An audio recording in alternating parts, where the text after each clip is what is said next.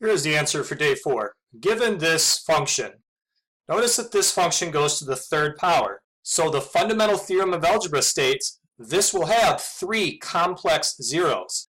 Those zeros might be positive numbers or negative numbers. And we can figure out how many positive or negative zeros there will be using Descartes' rule of signs. So question A, determine the possible number of positive zeros. To use Descartes' rule of signs, you look term to term and count the number of sign changes. So the first term is positive, but the next one is negative, so that's 1 sign change. From negative to positive is another sign change, and then from positive to negative is yet another sign change. There are 3 sign changes from term to term. So it's possible that there are 3 positive zeros or that there's 1 possible zero, because Descartes' rule of signs says that the number of positive zeros is equal to the number of sign changes or 2 less than the number of sign changes.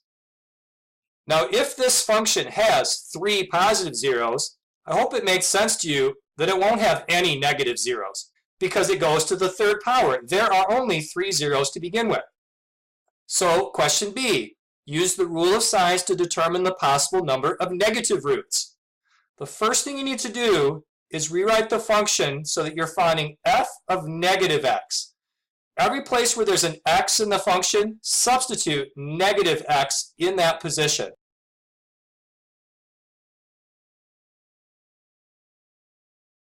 Then simplify. This makes negative 4x cubed. And then negative 3x squared. Negative 2x, and then minus 1. Now let's count sign changes again. This term's negative, and the next one's negative. No sign change. This one's negative, and the next one is negative. No sign change.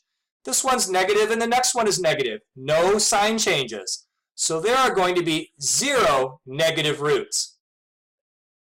Descartes' rule of signs for negative roots is that the number of negative roots is equal to the number of sign changes or 2 less than the number of sign changes. Now question C, use the rational zero test to list all possible rational zeros. So we've put some thought into whether these solutions are positive or negative numbers. Let's now put thought into whether the solutions are rational numbers. That is, numbers that could be written as fractions. The rational zero test uses a ratio of the factors of the constant term divided by the factors of the leading term. The constant term is negative 1. So the factors of negative 1 are 1 or negative 1. Now the denominator of our ratio.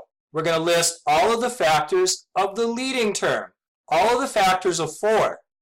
So that's 1 or negative 1, 2 or negative 2, 4 or negative 4.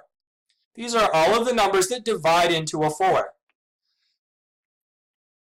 Now let's expand out this ratio and list all of the numbers created by using the different choices of numerator and denominator. 1 over 1 makes 1. 1 over negative 1 makes negative 1. 1 over 2 makes a half. 1 over negative 2 makes negative a half. 1 over 4 makes 1/4, and 1 over negative 4 makes negative 1/4. Now go to your other choice for numerator, which is negative 1, and put that number over every denominator choice. Negative 1 over 1 is negative 1. We already listed that. Negative 1 over negative 1 makes positive 1. We already listed that. So coincidentally, using this number over every one of these numbers creates numbers that we've already listed. This list of numbers are the possible rational zeros. If there are any whole numbers or fractions that are solutions to that equation, then they must come from this list. Putting our conclusions from A, B, and C all together, we've really narrowed down on what the possible solutions are to the equation. For instance, in B, we know that there are no negative answers. And so we know that all the negative choices are not actually going to work. In question A, we figured out that there will be either 3 or 1 positive 0, so we know that all of these positive numbers, or one of them, is going to be a solution. If we had to actually find the solutions, let's say with synthetic substitution, that would give us a really good idea of what numbers to try to plug in.